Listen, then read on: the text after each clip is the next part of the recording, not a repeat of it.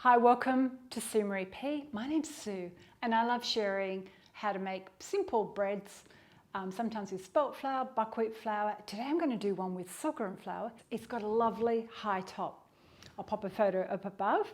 And the first step we need to do is the number one magic ingredient, which is psyllium husk. So I've got a white version here and I've got some warm water in my bowl, 800 grams. I'm just adding in 25 grams of psyllium husk. So tip 1, magic psyllium husk. Tip 2, mix it with chopsticks. And the other little handy tool is a little silicone spatula, which is great for just getting the extra bits from the side. And this will create the structure in the bread. This is like a gel-like substance. We don't use any xanthan gum because I prefer this. So we're going to rest this for 5 minutes. So I'll just pop it aside. Today I'm going to do it in my stand mixer, but you can do it just by hand. So I'm just going to grab my bowl off the stand, and in here I've got sorghum flour or sorghum flour. It's actually called Dura Mule here in Sweden, and I've just popped in 400 grams. I've got a light coloured buckwheat flour, 120 grams. You might be saying, hey Sue, what about cups? I would highly recommend doing gram measurements for bread baking. It's just easier to get it more accurate and more consistent results each time. And today I'm going to put rice flour in, and that is just a white rice flour, and there's only 80 grams. In the past I've done it with tapioca, potato starch or potato flour.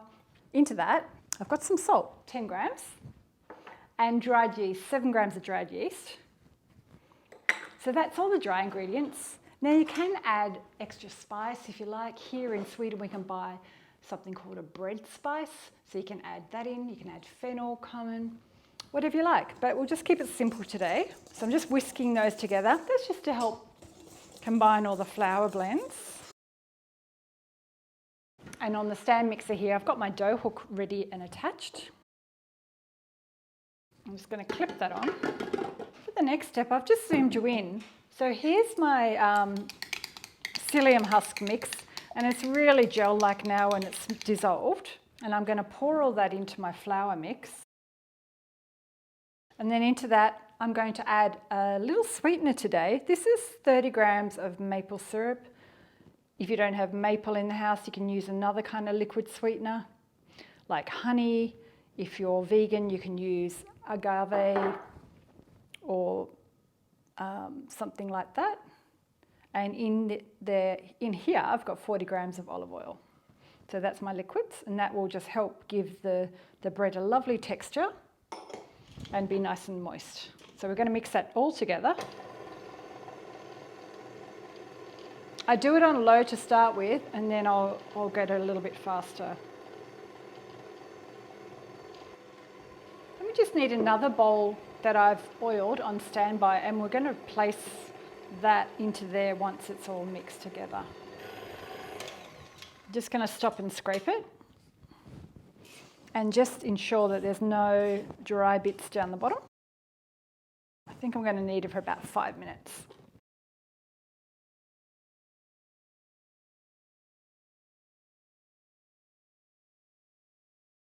So what I'm going to do now is this bowl that I've pre-oiled, I'm just going to transfer my dough into that. Just like doing that because then I can see that the dough's risen and it's easier to put my cover on, but you can leave it in the same bowl. So look at that, it's quite a loose sticky dough. So I transferred my bread dough into my greased clear glass bowl, covered it with my silicone cover. You can cover it with plastic wrap. I like doing something that seals the air in, helps the humidity grow my dough. Going to let it rest for 60 minutes, and I'm going to cover it with this tea towel. There's no windows open here. We've got a nice warm apartment, so we're going to come back and do the next step once it's risen. In the meantime, grab a small loaf tin, and I've just greased it with some oil on this little brush and lined it with paper. I don't need to put it on the sides, and then I just leave it a little bit long. So I've got the clips to lift it out. And you might be thinking, Sue, what size is it? So I'll grab my tape measure out. So we have 9-inch or 23 centimetres by 5-inch, this is internal, or about 12.5, 13 centimetres. That gives it a nice raised top. If you've got slightly smaller, that's okay too. If you've got slightly larger, it'll work, but your bread might just be a little bit flatter. So get your tin prepared and then you'll be ready to go. So it's been an hour and check this out. My dough has literally doubled in size. So all I do is I scrape it out of here into my loaf tin, shape it into the tin, give it a little bit of a manipulation, just so it's all even. And I'm going to cover it just with, I've got some plastic bags here. I find that that's best. I can't really get the silicone cover back over it.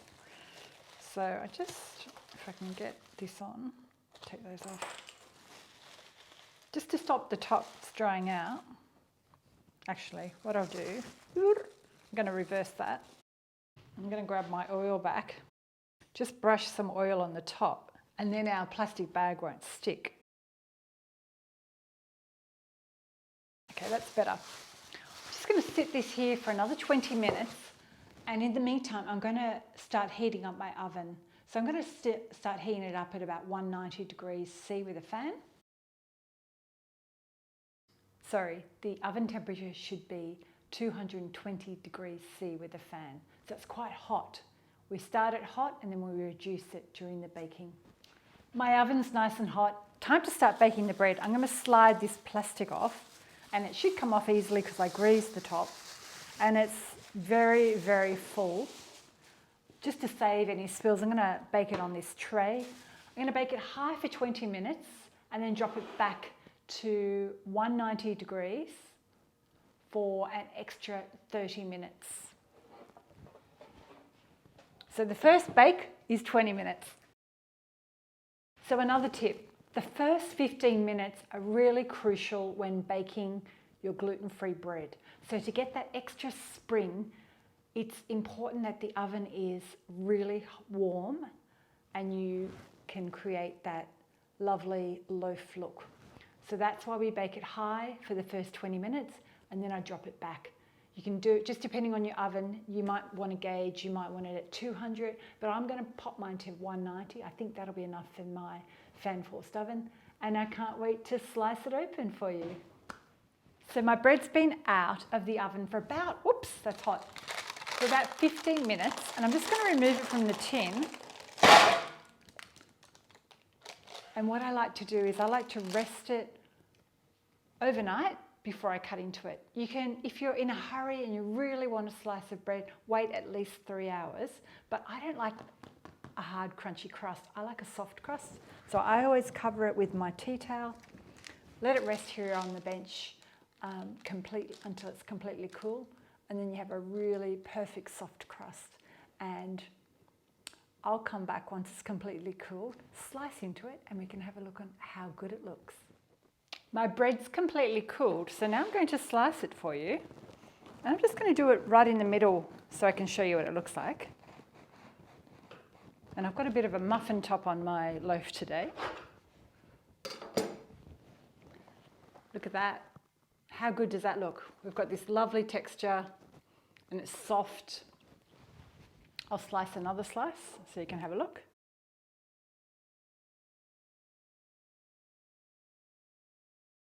That went a bit crooked, but look at that. Great texture. We love this toasted. Let me know in the comments below if you give this a go, and I'll pop some other links up above for some other gluten-free breads that I've made recently. Don't forget to subscribe and hit the notification bell so you get notified when I have new videos. Thanks for watching, and I'll see you next time. Hej då from Sweden.